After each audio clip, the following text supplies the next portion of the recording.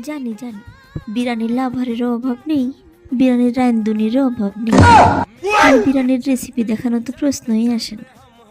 আজ করেছিলাম বেশ অনেক করে বিরিয়ানি, একটু হিমশিম খেয়েছি, কিন্তু কি করব, রান্নাবান্না তো আমাদের খুব প্রিয়। সরঞ্জামগুলো সব কিছু আগে রেডি করে নিয়েছি।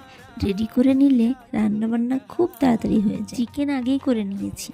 এরপর ভাতের পালা। ভাতগুলো ভালো করে ভেজে আঁচ দিয়েছি অনেকটা দুধ, জল কম দুধ বেশি। টেস্টও কিন্তু হয়েছিল সেই রকম। তারপর ভাত অর্ধেক সিদ্ধ হওয়ার পর চিকেন দিয়ে তারপর যে মাল মশলাগুলো দেয়া হয়, পেঁয়াজ বেরেস্তা, কেওড়া জল, মিঠা আতর, গোলাপ জল, ঘি, যা যা দিতে হয় সব একবারে দিয়ে দিলাম। এরপর দমে 20 মিনিট রেখে ঢাকনা ওঠালে দারুণ একটা সেন্ট আসবে। তাইলেই মনে করতে হবে বিরিয়ানি একদম ডান। আর যে কি টেস্ট হয়েছে এটা বলেই বোঝানো যাবে না। এই জন্য বলে বাঙালির বিরিয়ানি। বাঙালির জিহ্বায় এত স্বাদ, সৃষ্টিকর্তা যেন স্পেশালভাবে জিহ্বাগুলো তৈরি করেছে। আর শেষে টেস্টি বিরিয়ানিটাকে একটু নাচিয়েও দিলাম।